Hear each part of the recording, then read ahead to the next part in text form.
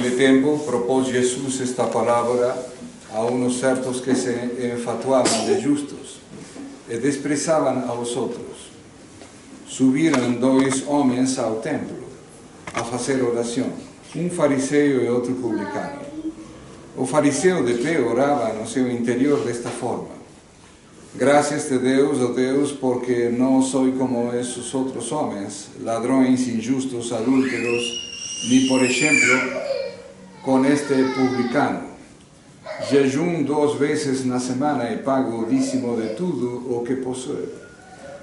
O publicano, porém, conservando-se à distância, nem sequer se atrevia a levantar os olhos ao céu. O que fazia era bater no peito, dizendo: meu Deus, tem piedade de mim, que sou pecador. Afirmo-vos que foi este que voltou justificado para a sua casa, e não outro, porque quem se exalta será humilhado, e quem se humilha será exaltado.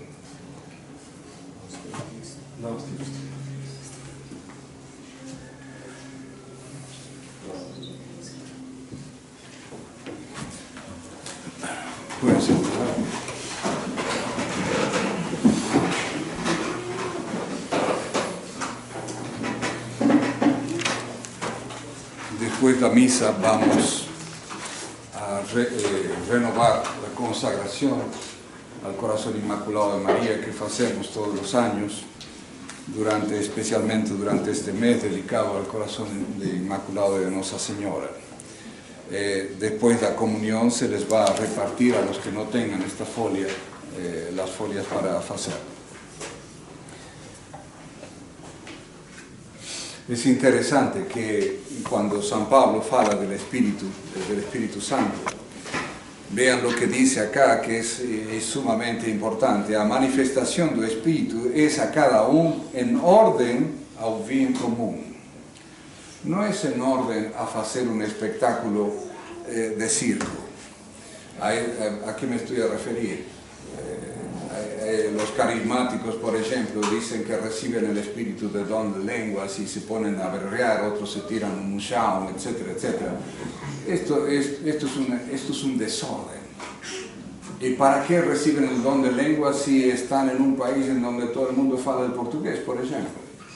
No es distinto el caso de los misioneros que recibían el don de lenguas, el caso de San Francisco Xavier, por ejemplo, que recibía el don de lenguas porque iba a pregar a la India, por ejemplo, donde había más de 14 dialectos distintos. Pero estos supuestos que reciben el Espíritu y dicen asneras y hacen desorden, etc., eso es señal clara que no es el Espíritu de Dios, sino el opuesto. Además, por otra parte, lembren siempre que el Espíritu Santo es un Espíritu de verdad. El Espíritu de verdad no puede decir errores. Leía días atrás o escuchaba un sermón de un obispo de la disidencia que mora en Niterói, engrasado. El comentario era sobre el problema que Bergoglio prohíbe la misa católica. Mas en un momento del sermón, este obispo se pone a decir de que la misa nueva es heretizante, mas no es herética. ¿Cómo? Claro, uno dice, ¿cómo un obispo, supuestamente católico, que diga semejante asnera? O sea, es como decir, el arsénico me envenena, pero el arsénico no es veneno. Absurdo, absurdo. ¿Y eso por qué viene? Porque precisamente aceptan que estos obispos de la disidencia, cuyo jefe es Williamson, ellos dicen que la misa nueva es más o menos buena, que la misa nueva da gracias también. Claro, si la misa nueva da gracias, ¿por qué no vamos a la misa nueva y dejamos de fastidiar? Absurdo. ¿Por qué estamos en este combate por la misa católica? Porque la misa nueva es herética, así de simple. No tenemos que andar buscando palabritas. Es heretizante, pero no es herética. realmente parece brincadera. Gente grande que está a decir esas asneras después de 40 años supuestamente de combate por la tradición. Realmente que da nojo, da nojo. Entonces, lémbrense siempre, una vez que aceptamos un error, tenemos que seguir las consecuencias de este error. Una vez que si yo acepto la misa nueva como católica, y tengo que aceptar las consecuencias de este error y tengo que terminar dando la misa nueva pronto. O tengo que terminar defendiendo la misa nueva. Pasemos al Evangelio, que es muy interesante. El Evangelio dice que, podríamos decir que es el Evangelio de la soberbia y en contraposición a la humildad. Es cierto, podríamos hablar de la humildad, el que se exalta será humillado y el que se humilla será exaltado, cierto.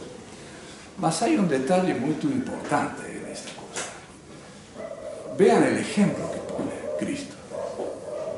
¿Por qué pone a los fariseos como el ejemplo de soberbia? Pone a los fariseos porque en el fondo son los fariseos los que matan a Cristo. ¿Y qué es el fariseo? ¿Qué es el fariseísmo? Es la adulteración de la religión.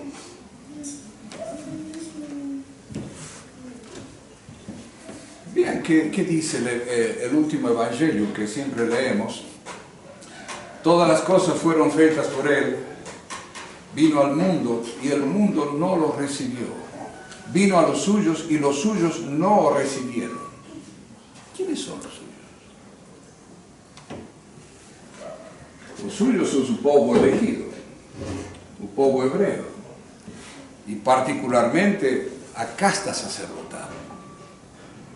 O sea, lo que tenía que ser la casta que ilumina a un pueblo hebreo y conducirlos al Mesías, es esa casta la que se corrompe y evita que muchas almas se salven porque no reconocen al Mesías, y no solamente que no lo reconocen, sino que terminan en el deicidio. Entonces veamos la importancia que tiene este evangelio en razón de evitar la corrupción de la fe, evitar la corrupción de la religión, porque eso es lo que en definitiva, reitero, mata a nuestro Señor y a su cuerpo místico, la Iglesia.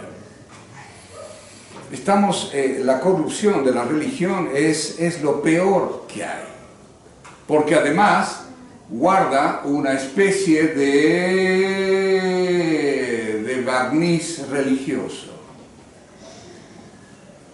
Guarda, o sea, Caifás y Anás cumplían algunas cosas, por supuesto, de la religión. Vestían como sacerdotes, etcétera, etcétera. Pero llegan a cometer, llegan a ser el origen del deicidio. Ojo. Y ese problema se repite en la historia. La corrupción de la religión fue el desastre siempre de todos. Y ahora estamos viviendo esta cosa. Estamos viviendo la corrupción de la religión, entre otras cosas, en la misa. ¿Y cómo es esto? Sí. ¿En qué consiste la corrupción de la religión? Primeramente, en no cumplir el primer mandamiento, fundamental. En vez de cumplir el primer mandamiento, hacemos otras cosas, cumplimos nuestros propios deseos, cumplimos nuestras propias opiniones, etcétera, etcétera. Pasemos el caso a la misa. ¿Cuáles son los objetivos, los fines de la misa? Enseña el catecismo que los fines de la misa son 4. Primero, adoración. Segundo, impetración. ¿Qué quiere decir adoración? Sabemos, la ofrecemos a Dios. Impetración, pedimos por nuestros propios pecados y por los demás fieles y de los difuntos ainda. Tercer motivo, la acción de gracias. Cuarto motivo, la impetración de gracias. Entonces, vean qué curioso. El fariseísmo comienza por la destrucción del primer mandamiento, adorar a Dios sobre todas las cosas. Cuando los fariseos o los sumos sacerdotes mandaban a los fariseos para tentar a Cristo, lémbrense siempre de este caso. Los fariseos le decían a Cristo: nosotros somos hijos de Abraham. Y Cristo le dice: no. Si vosotros fuesen hijos de Abraham, me reconoceríais a mí. Y entonces Cristo después les replica: si vosotros no son hijos de Abraham, son hijos del demonio. Porque cuando no estamos reconociendo y sirviendo a Dios, necesariamente estamos reconociendo y sirviendo al demonio. Entonces, ¿cómo se manifiesta esto en la misa? En el acto de adoración. ¿Por qué el sacerdote da las costas a vosotros y ofrece la misa a él? Porque es para él la misa. Y esto redunda en gracias a vosotros. Porque en cuanto el sacerdote consagra, se ayuela. Porque él ya no tiene acá pan o vino, sino que él tiene cuerpo, sangre, alma y divinidad de todo un Dios. Y él se ayuela. Hay adoración. ¿Por qué ustedes vienen a recibir aquí, en este móvil que se llama comulgatorio, de Joelos, la Santa Eucaristía? Porque ustedes adoran a un Dios presente en la Eucaristía. Todo esto en la misa nueva no existe prácticamente. La misa es para vosotros, o sea, es el hombre, en definitiva, el Dios. Es para vosotros, y claro, si es para vosotros, ¿para qué te vas a ajoelhar? ¿Para qué vas a comulgar de joelhos? Comulgar de pé. Bueno, no. ¿Qué cosa es un Dios que no se pueda recibir en la mano? Por favor. Ahí ven cómo el fin de la adoración se destruye en la misa nueva. Claro, una vez, 2, 3, 4, 5, 6, 7 veces. ¿Cuántas veces vas a terminar adorando a Dios y a tener a Dios como el primer objeto de adoración?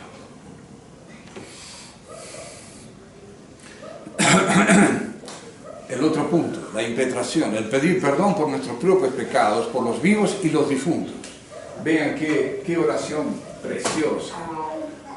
El ofertorio de la misa, es cuando el sacerdote ofrece la hostia y el vino, tiene oraciones estupendas. Por ejemplo, dice: recibe, Santo Pai, omnipotente y eterno Dios, esta inmaculada hostia, que yo, indigno servo tuyo, te ofrezco a ti, mi Dios vivo y verdadero. No es un Dios que no existe, es un Dios vivo y verdadero. Ojo. Por mis innumerables pecados, ofensiones, negligencias meis, y pro omnibus, y por los pecados de los circunstantes, y por todos los fieles cristianos, vivos y defuntos. Si vos prestas atención, Lutero odiaba esta oración. ¿Pero por qué odiaba? Precisamente porque él decía que no. Nosotros somos pecadores, pero con tal de que tener fe, ya llega. Y es por eso que los luteranos y ahora en la misa nueva, esta oración no existe. No la busquen, no existe. Ahora se reza esa oración que dice: te ofrecemos, Señor Dios del universo, este pan y este vino, que hace mención al sacrificio de Caín. Y que ese Dios del universo es la manera que los satanistas tienen de referirse a Satán. Entonces, ¿por qué la misa nueva es heretizante? ¿Por qué es herética? Porque tiene cosas que no tienen que ver con la doctrina católica. Y que este bandido de Bergoglio insiste en que esa ahora es la que tienen que rezar. Me llamó la atención alguien me comentó, interesante esta cosa. Ustedes saben que la fraternidad, la neofraternidad, el superior de la neofraternidad, sacó una carta diciendo que no, que ellos siguen con la misa de siempre, etcétera, etcétera. Muy bonito, muy interesante, quiera Dios que lo cumplan. Mas yo recuerdo dos cosas. Ellos que eran tan defensores de la misa, cuando los bandidos globalistas mandaron el lockdown a fechar todo, ellos pidieron, por lo menos en San Pablo, un cartax que decía ni siquiera tocar el botón del interfono para pedir un sacramento. O sea que cuando las cosas están difíciles, ellos que no lo toquen, no me fastidien. En fin, que se guarden las ganas de tener misa y sacramentos. Y nosotros estábamos atendiendo en nuestras misiones a gente, a fieles de la neofraternidad. Pero además de esto, antes alguien me decía una cosa muy curiosa. Ustedes saben que en el documento en donde Bergoglio está prácticamente a prohibir la misa tridentina, la misa de siempre, él dice que los grupos que celebran la misa, etcétera, etcétera, tienen que ser perfectamente identificados. Y antes me comentaba un amigo que acá en San Pablo, en la neofraternidad, están pidiendo a los que van a la misa documentos, CPF, foto, todo. ¿Para qué? ¿No somos libres de asistir a la misa de siempre? Tenemos que confesar y dar todos nuestros documentos. ¿Para qué? ¿No será para cumplir lo que dice Bergoglio? Porque están unidos al bandido de Bergoglio. Dan hoyo los defensores de la misa tridentina. En fin, queridos fieles, para reparar todas esas asneras, esas cobardías, vamos a renovar hoy la consagración al corazón inmaculado de la Virgen. Todos nos podemos caer en el fariseísmo, pero para que nuestra Madre nos enseñe, nos conduzca en la verdadera fe, en la defensa valiente de la fe, sin tener ningún tipo de cobardías ni de compromisos con el error y el mundo, vamos a pedirle a Nuestra Señora que nos dé esas gracias, que nos permita en las misiones Cristo Rey seguir fieles a la iglesia de siempre, a la misa de siempre. No entrar en componendas con sectarios como Williamson y compañías que dicen que la misa nueva no es tan buena, pero no es tan mala. No. O los otros que dicen, no, vamos a defender la misa, pero ojo, el que tienen que dar toda, hasta su foto tienen que poner. A ver, no sean cosas que parece que somos delincuentes, que estamos yendo a una misa. Absurdo. Somos católicos, señores. No tenemos la libertad de los hijos de Dios. Lémbrense siempre esta cosa. No tenemos que andar dando nuestras fotitos y nuestros documentos para asistir a una misa. Absurdo. A ser católicos, a ser cristeros, a defender nuestra fe. Leía hoy también una cosa que es también oyenta. Obispos católicos modernistas están exigiendo a sus sacerdotes que se vacinen si quieren continuar en su apostolado. O sea, porque la vacina es la nueva religión, no sé si vos saben. O sea, tienes que hacer un acto de fe de que esta porquería presta para algo. Algo que no ha sido experimentado, tú actúas como una cobaya, está feito con células de abortos, pero tienes que ponerte esa cosita. Interesante.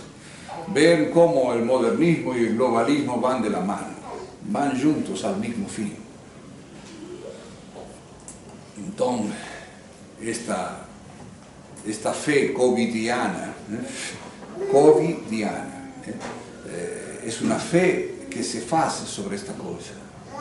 la doenza existe, nadie discute esta cosa, mas no hay que llevar a un punto tal de que perdamos nuestra libertad por ponernos una vacina, que es, repito, experimental y está feita en muchos de los casos con células de abortos.